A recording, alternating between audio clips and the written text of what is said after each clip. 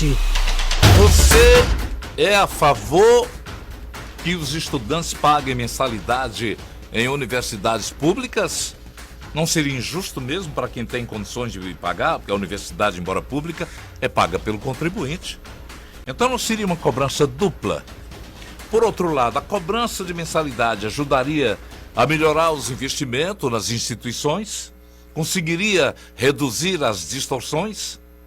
No debate, no JJ Debate de hoje, vamos falar sobre os pontos da PEC 206, que ontem teve a tramitação suspensa após um acordo entre governistas e oposicionistas. Mas ela voltará certamente.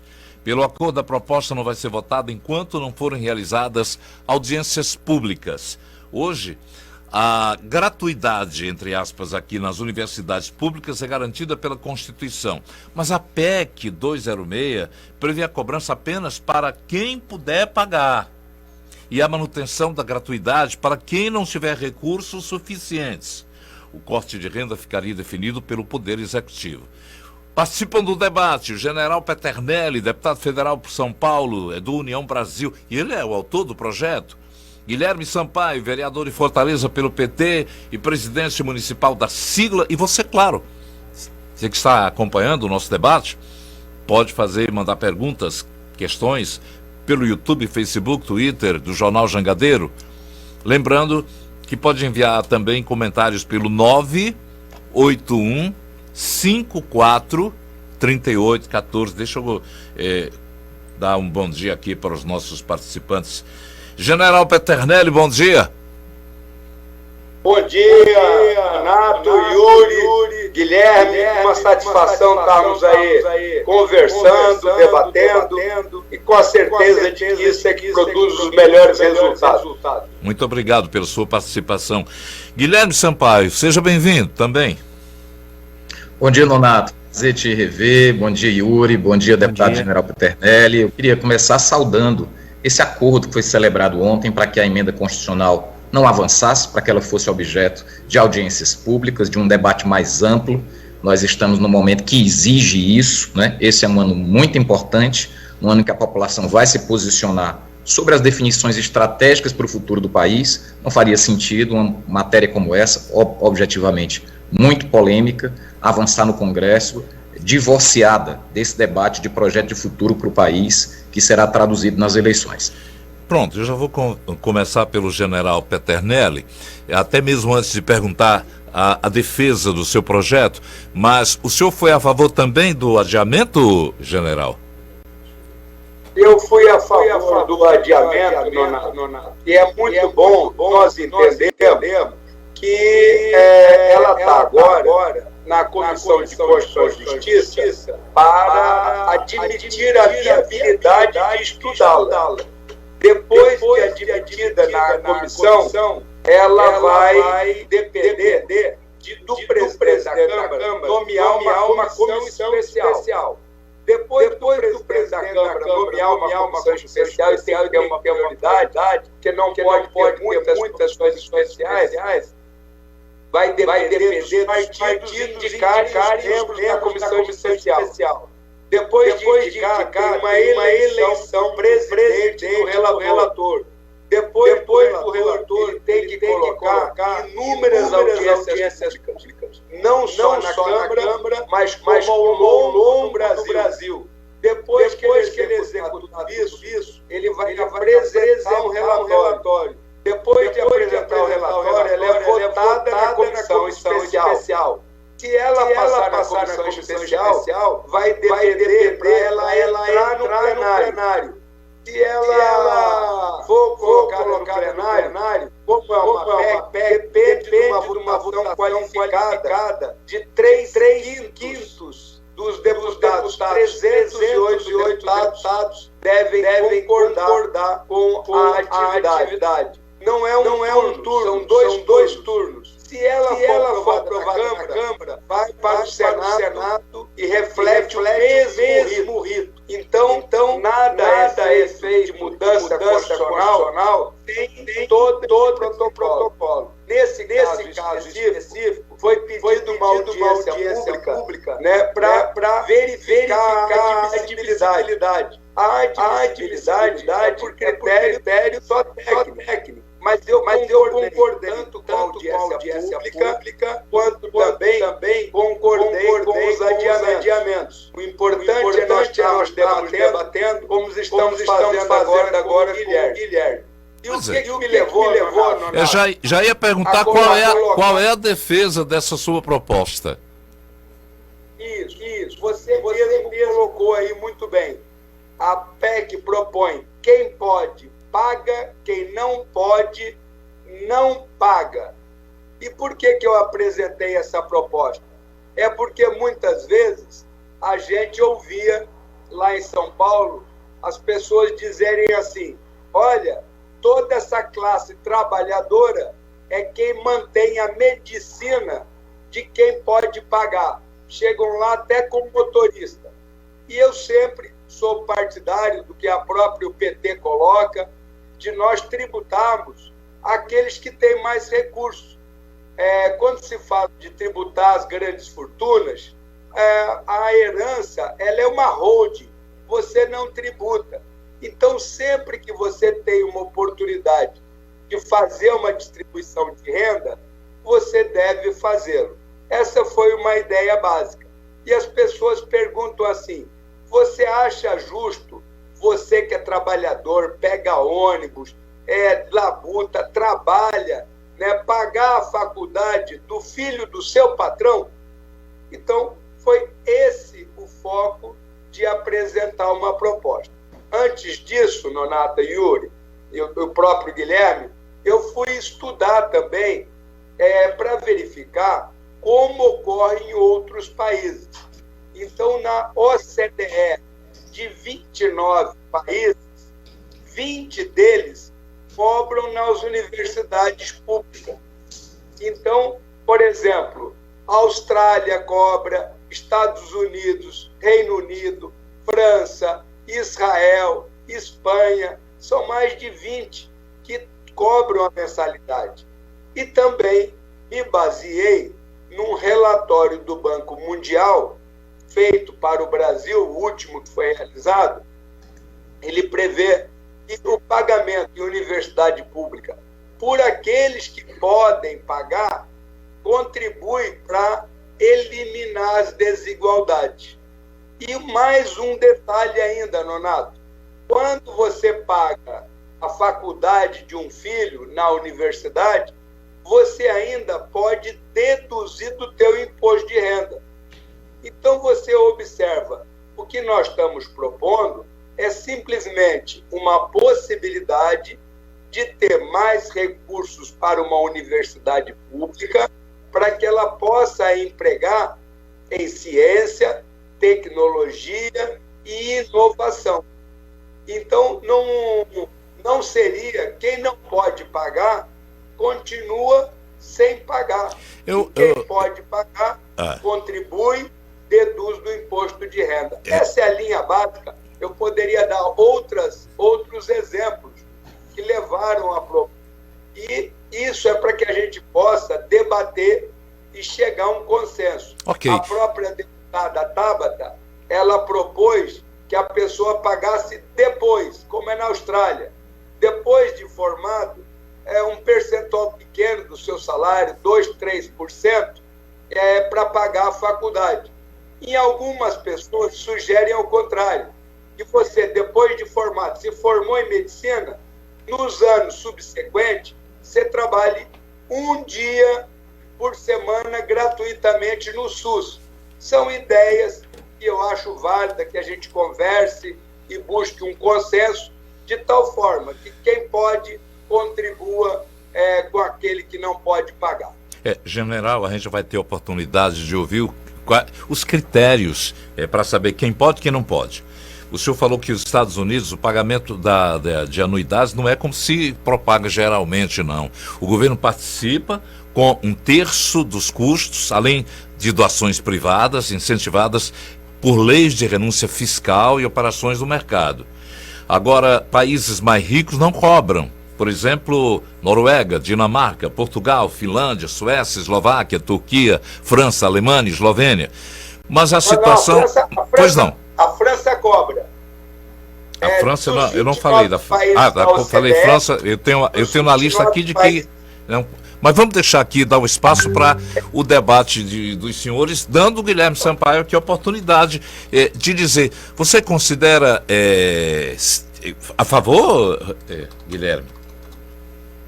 Olha, Nonato, eu queria em primeiro lugar assim, me dirigir de forma muito respeitosa à maneira polida como o deputado general Peternelli se dispôs a fazer esse debate, prestigiando aqui um grande meio de comunicação do Ceará, que é a Rádio Jangadeiro.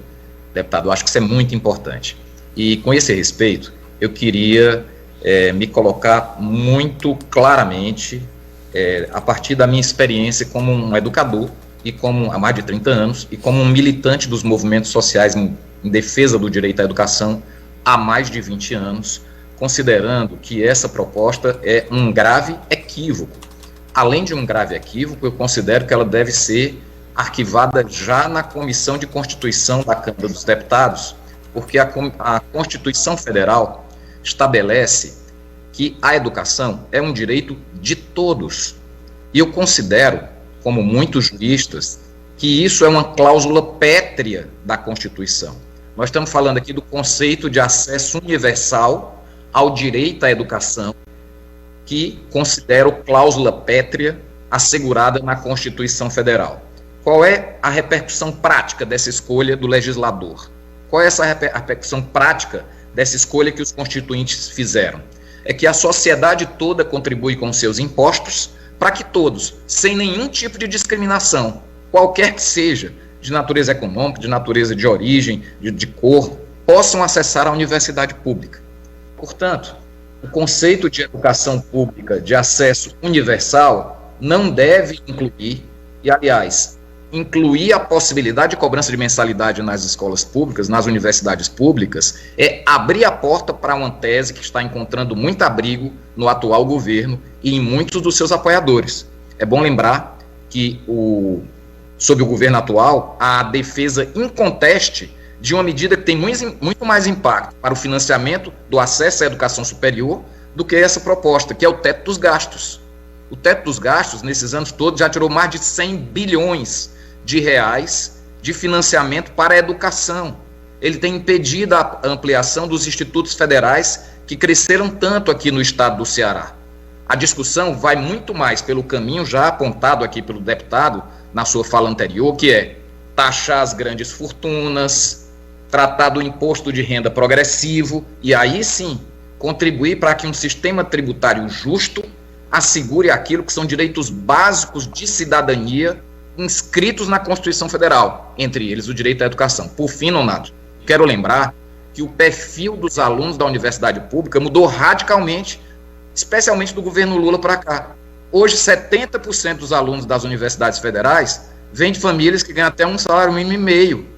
Mais de 60% vêm da escola pública. Então, a solução do financiamento das universidades públicas não vem a partir de medidas como essa, que só abrem uma brecha para possíveis outras medidas relacionadas à privatização do ensino. Vamos lembrar que um dia desse tinha gente na Câmara dos Deputados defendendo o voucher, ao invés de defender a educação infantil pública, defendendo o voucher para comprar vagas na escola privada.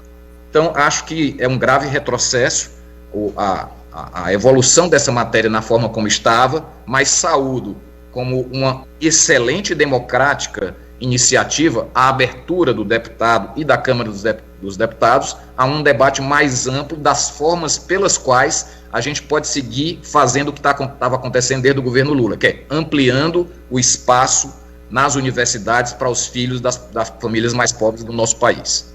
General Peternelli, eu estou aqui de mãos com um estudo, um ajuste justo, análise da eficiência e equidade do gasto público no Brasil, um estudo do Banco Mundial de 2017, onde diz que mesmo sem se dar conta, o pobre paga o ensino do aluno rico na universidade pública e esse custo é altíssimo. O custo por aluno em universidade pública é cerca de 3 vezes maior que o custo por aluno em universidades privadas. Essa é uma realidade que existe, persiste ainda? Você, Nonato, colocou muito bem. Importante também, o Guilherme colocou muito bem, né, de que a educação é um direito da criança é um direito de todos e um dever do Estado e da família. Nós não estamos mexendo nisso. Nós estamos mexendo no outro artigo da Constituição que diz que a escola pública é gratuita. Repara que o Estado, nessa escola pública gratuita, o Estado vai continuar entrando com o dinheiro. Nós estamos dando para a universidade pública mais recursos para que ela possa colocar em ciência e tecnologia. O Guilherme falou do voucher, né? E você falou do custo do aluno. E, Nonato, uma coisa interessante. Se você considerar só o aluno que concluiu, não é o aluno matriculado, que concluiu, pode ter uma distorção maior ainda. Mas vamos levar esse dado que você falou, de que numa universidade pública, o aluno custa 3 vezes mais do que numa universidade privada. Então, repara, você é dono do dinheiro público, é um administrador. Você vai pagar 3 vezes, e no voucher, como disse o Guilherme, com o dinheiro público você vai pagar uma vez. Qual você vai optar? Eu deixaria ainda essa opção, se ele quer ser matriculado, por exemplo, numa escola privada ou numa escola pública, a critério do próprio morador. Então você repara, se por um acaso ele optar por uma escola privada, o Estado vai gastar uma vez. Se ele optar por uma escola pública, vai gastar 3 vezes. Esses orçamentos, eles, se levarem em conta quem foi aprovado, né, eles ainda ficam mais tristes, assim, no bom sentido. Então, nós temos que fazer de tudo para que a universidade pública ela continue sendo uma referência. Quando eu era criança, Guilherme, o ginásio primário público era melhor do que o privado. Com o tempo, no Brasil como um todo, pela média do PISA e do IDEB, isso se inverteu. O resultado, de maneira geral, da escola privada, ela ficou melhor. Nós não podemos deixar que isso ocorra com a universidade. Agora, nós temos que, o Nonato colocou muito bem, nós temos que estar conversando, buscando soluções, né? Eu vejo que todos nós temos o mesmo objetivo, o Guilherme, eu, todos os deputados aqui, que é o bem comum da população brasileira. Então, eu não estou discutindo o tema aí, ele não tem vínculo com o governo Bolsonaro, com nada. Ele foi uma análise de leitura desse relatório que o Nonato comentou, da página 121 à página 145 nesse relatório, Nonato, ele cuida de educação e ainda de pesquisar esses outros países. E repara, o Nonato falou que nos Estados Unidos o governo entra, uma parte. Aqui também, eu não quero que o governo pare de mandar recursos para a universidade. Eu quero que o governo pague o professor, que o governo pague as estruturas, que pague a água, que pague a luz, que continue pagando.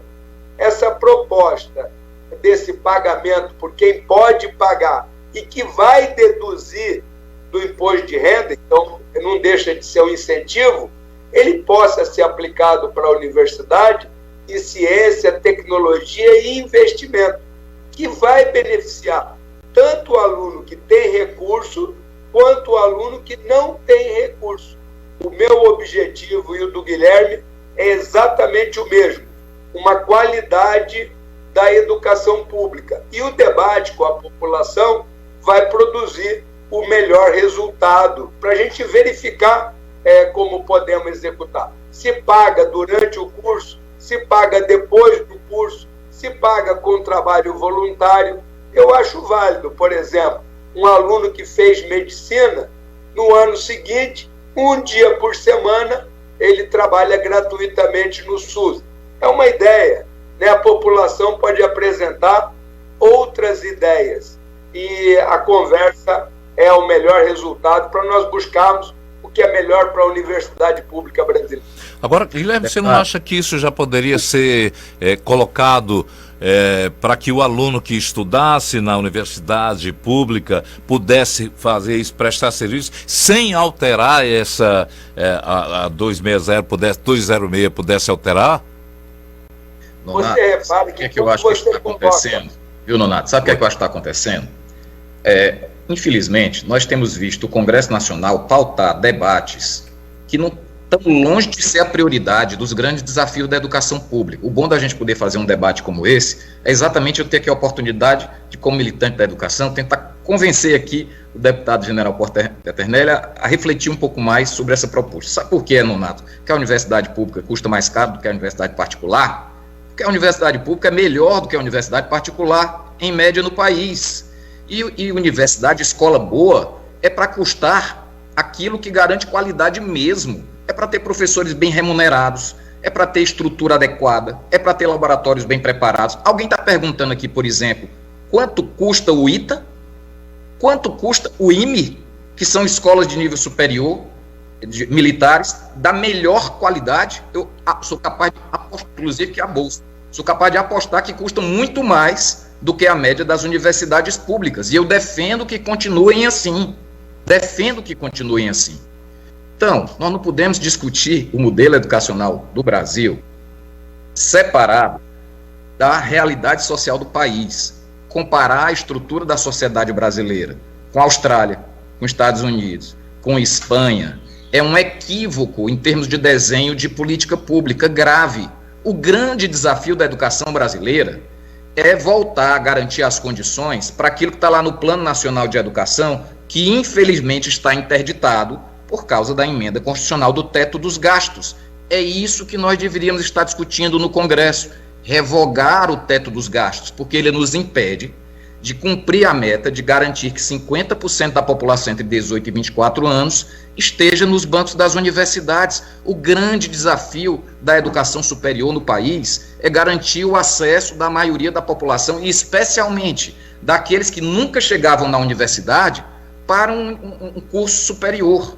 Então, qual foi o grande esforço durante os governos do presidente Lula, da presidenta Dilma? Foi exatamente trazer essa população para as universidades. Aqui no Ceará, Nonato, com a ampliação dos institutos federais, com a ampliação das universidades federais, com o ProUni, com o FIES, nós multiplicamos por 4 até 2015 o número de alunos no ensino superior. Esse aqui é o desafio. Não é a gente estar discutindo aqui cobrança de mensalidade que abre a porta para o governo se demitir de financiar diretamente, com os impostos que todos pagam, o direito universal à educação. Cabe sim a discussão da forma como esse financiamento vem. E aí eu concordo integralmente com o deputado general Peternelli que nós temos mesmo objetivo geral, que é, através do esforço que a sociedade brasileira faz de arrecadação de impostos, transformar esse esforço em um formato cada vez mais justo, que os ricos paguem mais. Cadê a taxação das grandes fortunas previstas na Constituição Federal? Isso ajudaria muito mais a financiar a educação pública. Cadê o fim do teto dos gastos? Isso ajudaria muito mais a financiar a educação pública. Cadê uma tabela progressiva para o imposto de renda, que aqui no Brasil o sujeito ganha R$2.000 já começa a pagar imposto de renda, né? E os que ganham mais poderiam pagar muito mais. Isso financia muito mais a educação pública e as outras políticas que dependem do bolo tributário arrecadado pelo governo federal, do que medidas como essa. Medidas como essa abrem as portas para o governo, e aí a minha experiência de militante, eu tenho muito respeito, até porque eu não conheço a trajetória do deputado, mas só a forma polida e democrática como se ele se expôs a debater já nos impõe esse respeito. Também, né? Concordo. Mas assim, eu acompanho isso há muito tempo, né? Né? Qual é a forma pela qual se vai assegurar essa expansão, né? Se não por um sistema tributário justo, não é criando... Isso aí é abrir a porta para o governo se demitir do financiamento da educação pública. É esse filme que eu assisto há algum tempo e que nós começamos a revertê-lo gradativamente, da Constituição de 88 para cá, exatamente por esse textinho aí, que diz: a educação é um direito de todos. A partir daí, de lá para cá, governo Fernando Henrique, governo Sarney, os outros governos, nós fomos progressivamente, em alguns momentos mais rapidamente, outros momentos mais lentamente, evoluindo nessa discussão. Nós não podemos retroceder. Então, fazer discussão como essa, fazer discussão de homeschooling, é retroceder a tempo e pautar o Congresso Nacional num ano tão importante que a gente precisa estar olhando para o futuro, para a definição estratégica do nosso povo, com temas que não tem nada que ver com a prioridade da maioria do povo e com os grandes desafios da educação. Esse é o meu pensamento. Ok, na verdade, só para colocar, posicionar o ouvinte que ligou o rádio, que entrou na live agora, nós estamos discutindo aqui a questão da Universidade Paga, uma proposta do general Peternelli, ele está dando as suas explicações.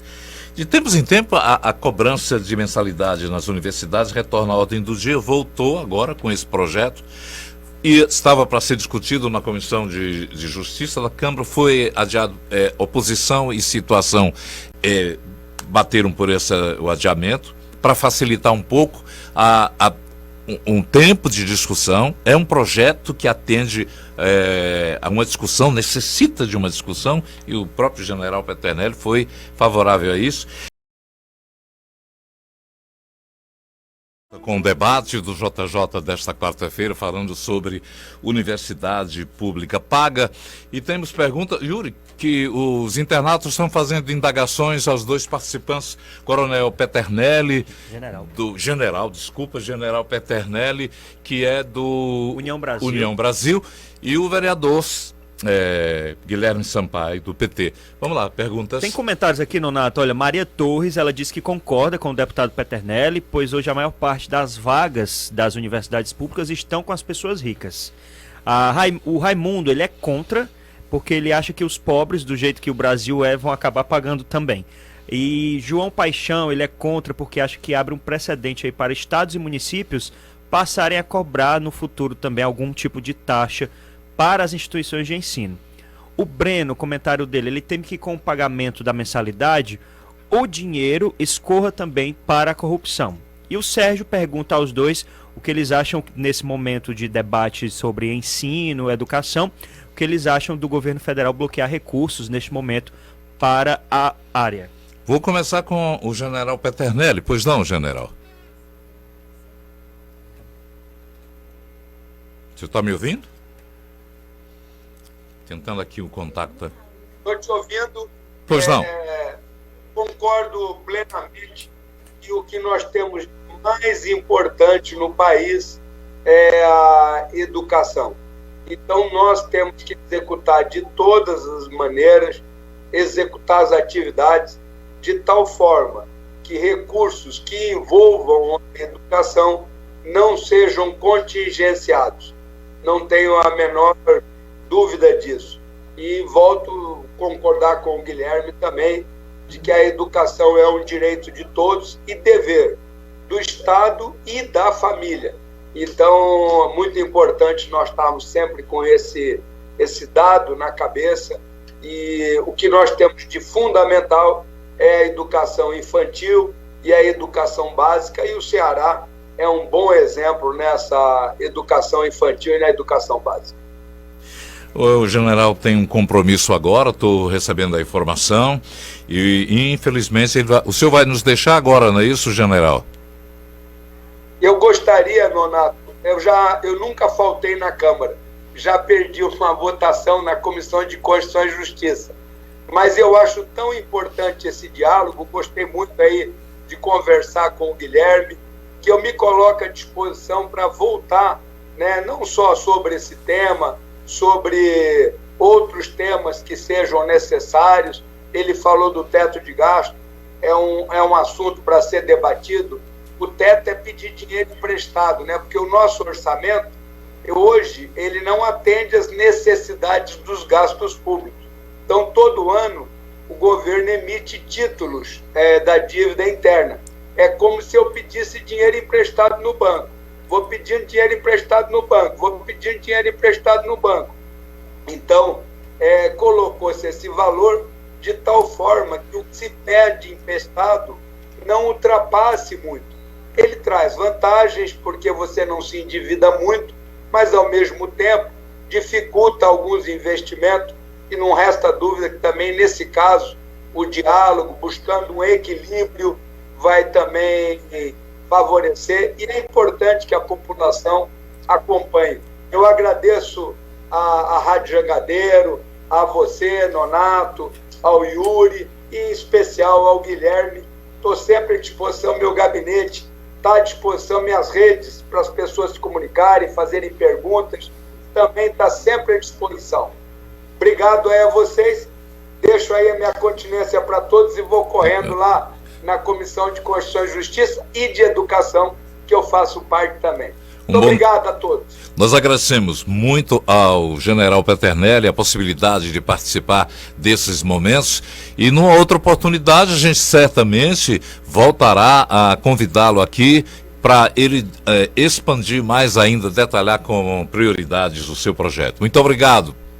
Obrigado, deputado. Eu que agradeço, e eu tenho uma proposta interessante para a tributária, fica aí uma ideia para nós conversarmos no futuro.